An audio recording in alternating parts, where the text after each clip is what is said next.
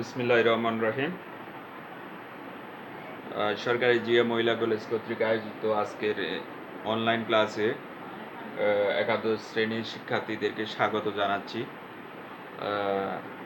Corona এই মহামারীর সময়ে শিক্ষা মন্ত্রণালয়ের নির্দেশে মাওসী কর্তৃপক্ষের তত্ত্বাবধানে সরকারি জিয়া মহিলা কলেজ অনলাইন ক্লাস চালু করেছে। এজন্য অত্র কলেজের সুযোগ্য অধ্যক্ষ মহোদয় এবং উপাধ্যক্ষ মহোদয়কে ধন্যবাদ ও কৃতজ্ঞতা জানাচ্ছি। যারা আমার ক্লাস শুনছো যে যেখান থেকে, সকলের সুস্বাস্থ্য কামনা করছি। তো যারা ক্লাস দেখবা, তোমরা তোমাদের শ্রেণী এবং রোল নং উল্লেখ করবা। এ জানি আমি আজকে আমাদের ক্লাস শুরু করছি। এই ক্লাসটি একাদশ শ্রেণী এবং দ্বাদশ শ্রেণীর দুটো শাখারে অর্থাৎ দুটি শ্রেণীর কাজে লাগবে। তো আমাদের আজকের ক্লাস হচ্ছে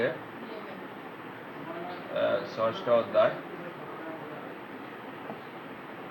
মহাবিশ্ব অভিকর্ষ।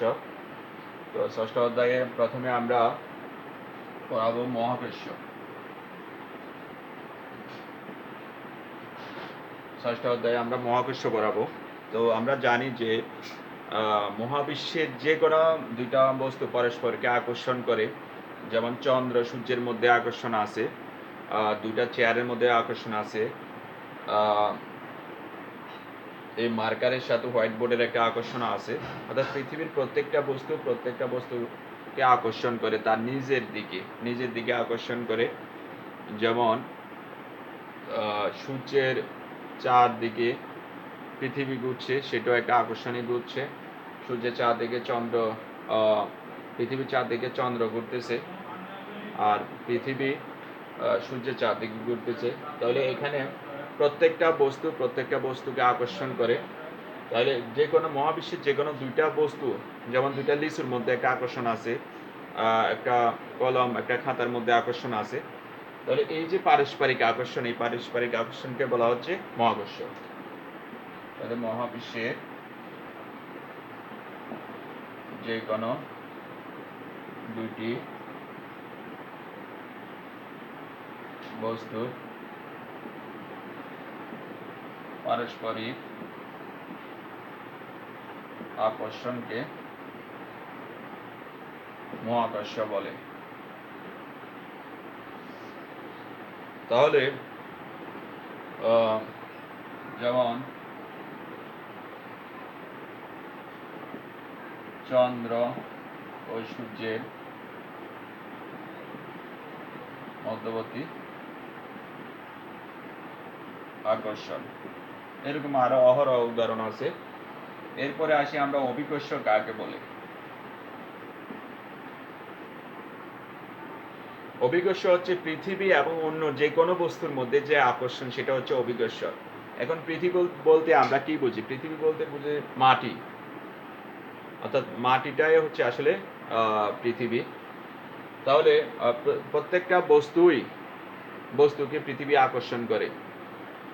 যেমন একটা রকেট যখন আকাশ দিয়ে উড়ে, রকেটটাকে পৃথিবী আকর্ষণ করতেছে। একটা টেবিলকে একটা পৃথিবী আকর্ষণ করতেছে।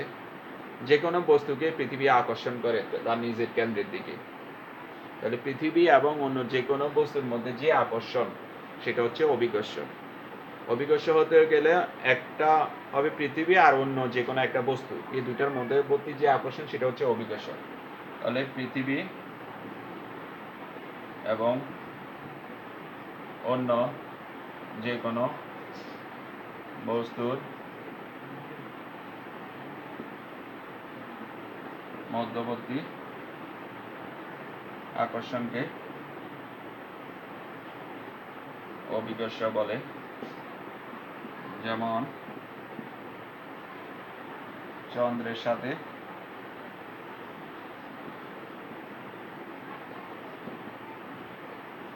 পৃথিবীর আকর্ষণ, এটা একটা অভিকর্ষ। তাহলে তোমরা ক্লিয়ার বুঝতে পারছো, যে কোনো দুইটা বস্তুর মধ্যে যে আকর্ষণ, সেটা হচ্ছে মহাকর্ষ, আর পৃথিবীর সাথে অন্য যে কোনো বস্তুর আকর্ষণ হচ্ছে অভিকর্ষ। যেমন চন্দ্রের সাথে পৃথিবীর আকর্ষণ, আমার সাথে পৃথিবীর আকর্ষণ, সেটাও অভিকর্ষ। তাহলে তোমরা এটা খাতায় তুলে নিবা। প্রয়োজনে ভিডিও অফ করে ব্যাগ থেকে এই লেখাটা আবার তুলে নিবা বা স্ক্রিনশট নিয়েও তুলে নিতে পারো।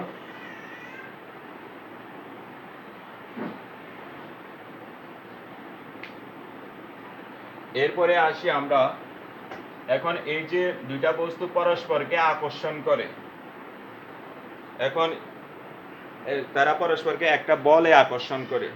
এই দুইটা বস্তু পরস্পরকে যে বলে আকর্ষণ করে সেটা হচ্ছে মহাকর্ষ বল। আর মহাকর্ষ বল সম্পর্কিত বিজ্ঞানী নিউটন একটা সূত্র দিয়েছে, তাহলে সেটা হচ্ছে নিউটনের মহাকর্ষ সূত্র। নিউটনের মহাকর্ষ সূত্র, তাহলে নিউটনের মহাকর্ষ সূত্র, তাহলে নিউটনের মহাকর্ষ সূত্রটা কি? যে মহাবিশ্বের প্রত্যেকটি বস্তু কেন একে অপরকে নিজের দিকে আকর্ষণ করে। মহাবিশ্বের প্রতিটি বস্তু কণা একে অপরকে নিজের দিকে আকর্ষণ করে। এই আকর্ষণ বলের মান বস্তুদ্বয়ের বরের গুণফলের সমানুপাতিক এবং মধ্যবর্তী দূরত্বের বর্গের ব্যস্ত আনুপাতিক। বল যেদিকে ক্রিয়া করে, তাহলে আমরা নিউটনের মহাকর্ষ সূত্রটা কি?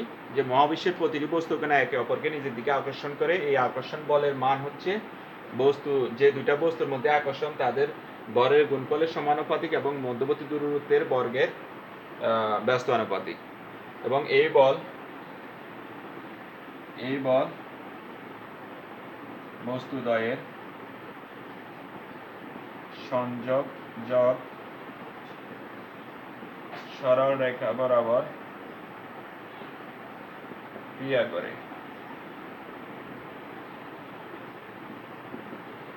তাহলে এই বল বস্তুদ্বয়ের সংযোজক সরলরেখা বরাবর ক্রিয়া করে।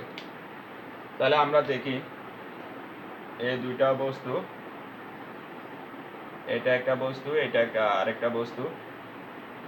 তাহলে আমরা ধরে নিলাম এটার বর m1, এটার বর m2, মধ্যবর্তী দূরত্ব ধরে নিলাম d, এদের মধ্যে পারস্পরিক আকর্ষণ বল F। তাহলে ওই যে সূত্র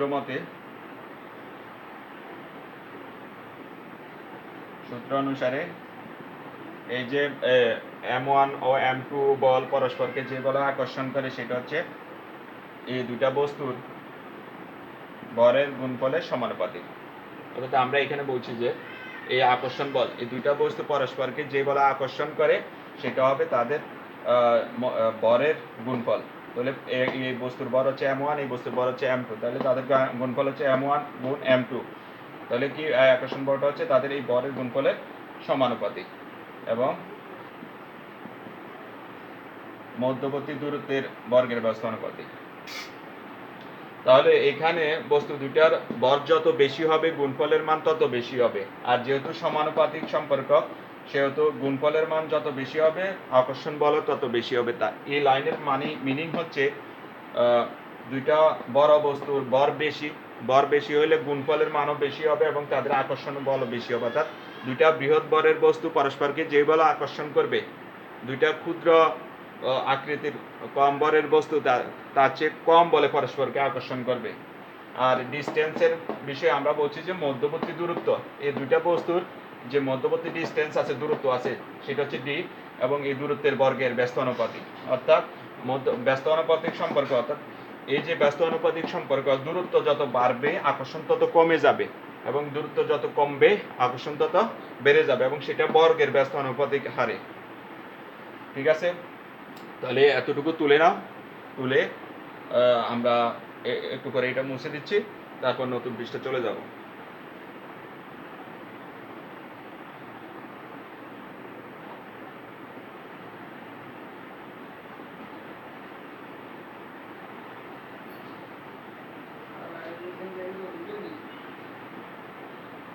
এখন উপরের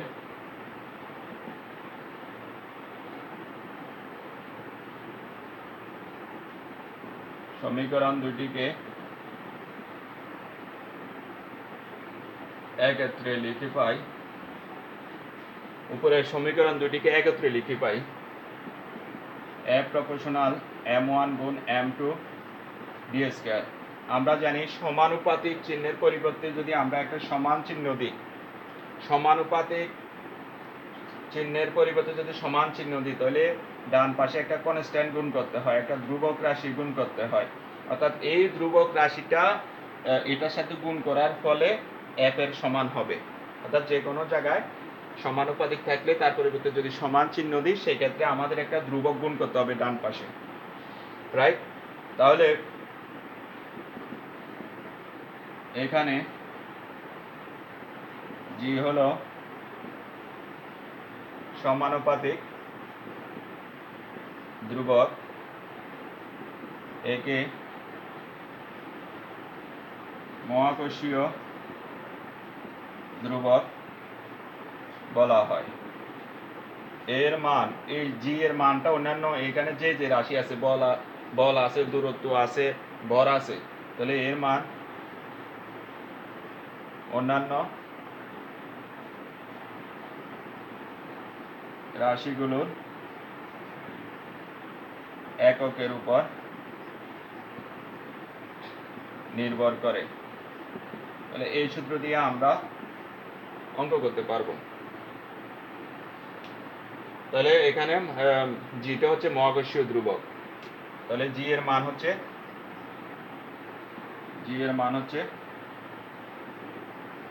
6.673 into tan inverse 11 newton metre square kg inverse 2, এটা হচ্ছে জি এর মান। তাহলে আমরা বুঝতে পারলাম যে সমান চিহ্নের সমানুপাতিকের পরিবর্তে যদি সমান চিহ্ন দিই, সেক্ষেত্রে সমীকরণের ডান পাশে একটা ধ্রুবক রাশি গুণ করতে হয়। এখানে জি, ক্যাপিটাল জি একটা সমানুপাতিক ধ্রুবক, একে বলা হচ্ছে বিশ্বজনীন মহাকর্ষীয় ধ্রুবক, এবং এর মান অন্যান্য যে রাশি আছে, ফোর্স, বল আছে, ভর আছে, দূরত্ব আছে, এগুলোর এককের উপর নির্ভর করে। আমরা জানি জি এর মান হচ্ছে 6.673 into tan inverse 11 newton metre square kg inverse 2। Okay, তোমরা তুলে নাও, ভিডিও অফ করে তোমরা তুলে নিবা। আর যারা যারা ক্লাস দেখতেছ, তোমরা অবশ্যই কমেন্ট বক্সে কমেন্ট লিখবে, নাম, রোল লিখে, শ্রেণী লিখে। এখন মহাকর্ষীয় ধ্রুবক কাকে বলে? মহাকর্ষীয় ধ্রুবককে জি বলা হয়। তাহলে আমরা যদি দেখি, এই যে দুইটা বস্তু, m1 বস্তু একটা, m2 বস্তু আরেকটা, এটার মানও 1 কেজি, এটার মানও 1 কেজি, আর মধ্যবর্তী দূরত্ব, এই দুইটার মধ্যবর্তী দূরত্ব হচ্ছে ডি, সেটাও যদি 1 মিটার হয়, তাহলে কি দেখতে পাই? তাহলে আমরা জানি F equal to G into m1 m2 divided by d square, সুতরাং G equal to F d square by m1 m2। তাহলে আমরা m1 এর মান 1 কেজি ধরবো, m2 এর মান 1 কেজি ধরবো, আর মধ্যবর্তী দূরত্ব 1। যদি m1 equal to 1 KG, m2 equal to 1 KG এবং d equal to 1 মিটার হয়, তবে উপরের সমীকরণ হতে পাই G equal to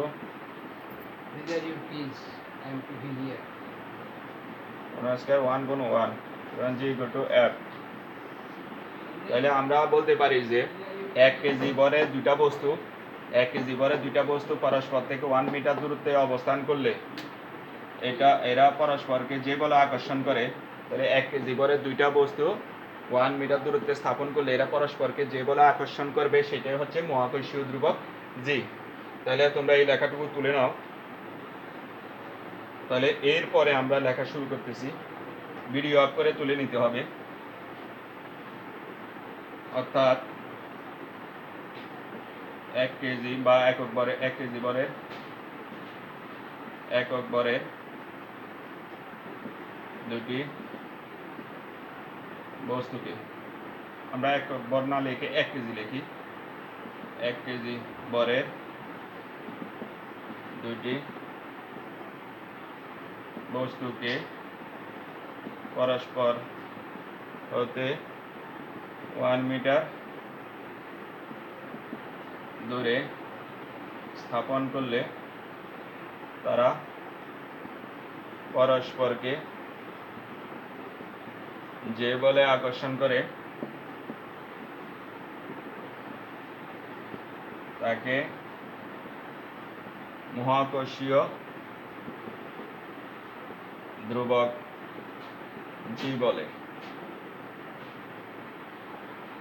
এখন জি এর একক কিভাবে বের করব? আমরা ক্লাস 9 10 শিখেছিলাম। তাহলে আমরা কিভাবে জানি? আমরা জানি F equal to G into M1 M2 divided by D square. সুতরাং G equal to F D square by M1 গুণ M2। তাহলে এখানে F এর বল, F হচ্ছে বল, বলের একক হচ্ছে নিউটন, আর D হচ্ছে দূরত্ব, দূরত্বের একক মিটার। তাহলে এখানে বর্গ চিহ্ন আছে, বর্গ, বর M1 বরের একক কেজি, CGS এককে কেএস এককে, M2 হচ্ছে কে বর, বরের একক কেজি। তাহলে হবে নিউটন, আচ্ছা আমরা পাশে দিয়ে লিখতেছি newton metre square kg inverse 2। সুতরাং এটার একক হচ্ছে newton metre square kg inverse 2। তুলে নাও তোমরা।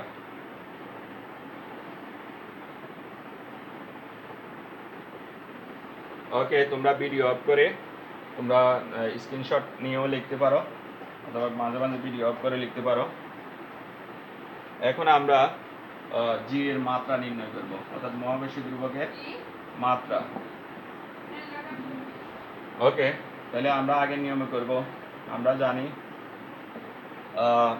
যার মাত্রা বের করব তার গাণিতিক সমীকরণ জানতে হবে। যে কোনো রাশির মাত্রা বের করতে গেলে তার গাণিতিক সমীকরণ জানতে হবে। আমরা জানি জি হচ্ছে মহাকর্ষীয় ধ্রুবক, তার গাণিতিক সমীকরণ হচ্ছে F equal to G into M1 M2 D square। তাহলে G সমান সমান F D square divided by M1 M2। এখন আমরা এগুলো ভেঙে ভেঙে করতে পারি, আমরা এখানে ভেঙে ভেঙে করব না। আমরা জানি বলের মাত্রা হচ্ছে MLT ইনভার্স 2 ইন্টু ডি হচ্ছে দূরত্ব, দূরত্বের মাত্রা হচ্ছে ক্যাপিটাল এল, আর বর্গের বর্গ বর, বরের মাত্রা হচ্ছে capital M into capital M. তাহলে এম এম এ কাটা, এখানে থাকে এম, উপরে থাকে এল কিউব টি ইনভার্স 2। তাহলে এম ইনভার্স এল কিউব টি ইনভার্স 2। তাহলে জি এর মাত্রা হচ্ছে এটা। সুতরাং জি এর মাত্রা এম ইনভার্স 1 এল কিউব টি ইনভার্স 2। এটা হচ্ছে জি এর মাত্রা, অর্থাৎ মহাকর্ষীয় ধ্রুবকের মাত্রা।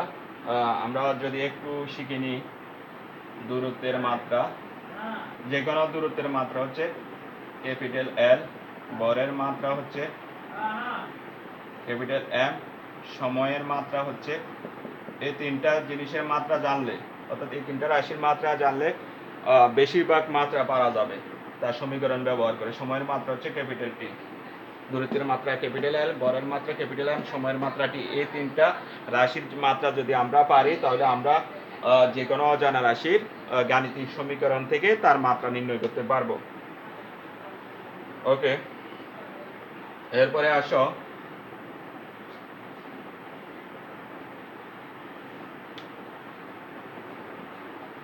মহাকর্ষীয়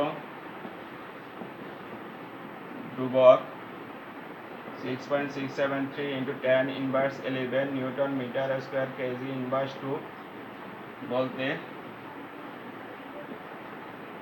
কি বুঝো? তাহলে এটার উত্তর হবে, এখানে উত্তরটা আছে, এটা হচ্ছে বল। তাহলে একটু আগে আমরা মহাকর্ষীয় ধ্রুবকের যে ডেফিনেশন বা সংজ্ঞা শিখিয়েছিলাম সেই সংজ্ঞা অনুসারে, তাহলে 1 কেজি ভরের দুটি বস্তুকে পরস্পর হতে 1 মিটার, ওখানে 1 মিটার ছিল, মহাকর্ষীয় ধ্রুবকের যে সংজ্ঞা ছিল সেখানে এটা ছিল, এক কেজি ভরের দুটি বস্তুকে পরস্পর হতে 1 মিটার দূরত্বে স্থাপন করলে তারা পরস্পর তাহলে আমরা ওখানে লিখছি এক কেজি ভরের দুটি বস্তুকে পরস্পর হতে 1 মিটার দূরত্বে স্থাপন করলে তারা যে বলে আকর্ষণ করে তাকে বলা হচ্ছে মহাকর্ষীয় ধ্রুবক। তাহলে তারা এখানে দেওয়াই আছে কত বলে আকর্ষণ করবে, এই স্থাপন করলে তারা পরস্পরকে কত বল 6.673, এটা টেকনিক হচ্ছে এই নিউটন পর্যন্ত নিতে হবে, এটা tan ইনভার্স 11 নিউটন বলে আকর্ষণ করবে। এরপরে পরবর্তী প্রশ্ন হচ্ছে মহাকর্ষীয় ধ্রুবক জি কে বিশ্বজনীন ধ্রুবক বলা হয় কেন? তাহলে এটার অ্যান্সারটা বই থেকে পড়তে হবে, তারপরে আমি বলে দিচ্ছি যে মহাকর্ষীয় ধ্রুবক জি যেটা মহাকর্ষীয় বস্তুগুলা যে মাধ্যমে অবস্থিত, এই মাধ্যম যে দুইটা বস্তু মাধ্যমে অবস্থিত, তাহলে মহাকর্ষীয় ধ্রুবক কে বিশ্বজনীন ধ্রুবক বলা হয় কেন? যে মহাকর্ষীয় ধ্রুবক কে বিশ্বজনীন ধ্রুবক বলা হয় এই জন্যই যে বস্তুদ্বয় কোন মাধ্যমে অবস্থিত সেই মাধ্যমের প্রকৃতির উপর মহাকর্ষীয় ধ্রুবক নির্ভর করে না, এক। দুই হচ্ছে মাধ্যমের দিক। তাহলে আমরা আবারও বলতেছি যে মহাকর্ষীয় ধ্রুবক কে বিশ্বজনীন ধ্রুবক বা সার্বজনীন ধ্রুবক বলা হয় কেন? কারণ বলা হয় এই জন্যই যে এটা মাধ্যম, যে মাধ্যমে বস্তুগুলো অবস্থিত ওই মাধ্যমের প্রকৃতির উপর নির্ভর করে না, যেমন মাধ্যমের দিকদর্শিতা, প্রবণতা, এইসব রাশির উপর, প্রবেশ্যতা, এইসব রাশির উপর মহাকর্ষীয় ধ্রুবক যে নির্ভর করে না। যেমন তড়িৎ বলের ক্ষেত্রে আমরা জানি, তড়িৎ বলের ক্ষেত্রে যে ধ্রুবক আছে সেই ধ্রুবকটা মাধ্যমের প্রকৃতির উপর নির্ভর করে। তড়িৎ বল কোনটা? কুলম্ব বল, যে দুইটা আধানকে পরস্পর দূরত্বে স্থাপন করলে এরা পরস্পরকে যে বলে আকর্ষণ করে সেটা হচ্ছে তড়িৎ বল বা কুলম্ব সূত্র অনুসারে স্থির তড়িৎ বল।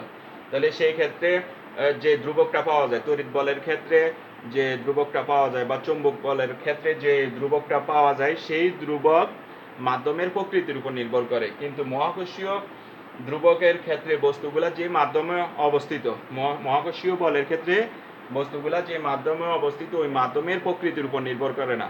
মাধ্যমের প্রকৃতি কি? মাধ্যমের দিকদর্শিতা, তড়িৎ প্রবণতা, প্রবেশ্যতা ইত্যাদির উপর নির্ভর করে না। এই জন্য মহাকর্ষীয় ধ্রুবককে সার্বজনীন ধ্রুবক বা বিশ্বজনীন ধ্রুবক বলা হয়ে থাকে। তো আজকের ক্লাস আমাদের এখানেই সমাপ্ত। আমরা ধারাবাহিকভাবে আজকে যেখানে শেষ করছি ঠিক পরবর্তী ক্লাস এরপর থেকে শুরু হবে। আমাদের পরবর্তী ক্লাসে আমরা যে টপিকসগুলো পড়াবো সেখানে আমরা কেপলারের সূত্র পড়াবো। কেপলারের সূত্রের পরে আমরা অভিজ্ঞ ত্বরণ বিষয়গুলো আমরা আলোচনা করব এবং গাণিতিক সমস্যাগুলো সমাধান করব। তো এতক্ষণ আমরা ক্লাস নিয়েছি। কারো যদি কোনো সমস্যা থাকে সামনের ক্লাসে বা কমেন্টে জানালে যে আমরা এই ক্লাসটা বুঝি নাই, এই জায়গাটা বুঝি নাই, কমেন্টের মধ্যে জানালে আমি ওটা আবার রিভিউ করব। তো আমি প্রথমে তোমাদেরকে আমার পরিচয় দিই। আমি মোহাম্মদ মাইনুদ্দিন, প্রভাষক পদার্থবিদ্যা। তো তোমাদের কলেজে আমি সর্বশেষ 30 জুন জয়েন করেছি। এর আগে আমি প্রায় 7 বছর শিক্ষকতা করেছি বান্দরবান সরকারি মহিলা কলেজ এবং সোনাগাজী সরকারি কলেজ। তো তাহলে তোমরা এই যতটুকু পড়িয়েছি ততটুকু ভালো করে পড়বা এবং সামনে যে টপিকসগুলো পড়াবো সেই বিষয়গুলো আইডিয়া নিবা এবং তাহলে তোমাদের ক্লাস করতে সুবিধা হবে। তো আজকে এখানে শেষ করছি। ধন্যবাদ সবাইকে।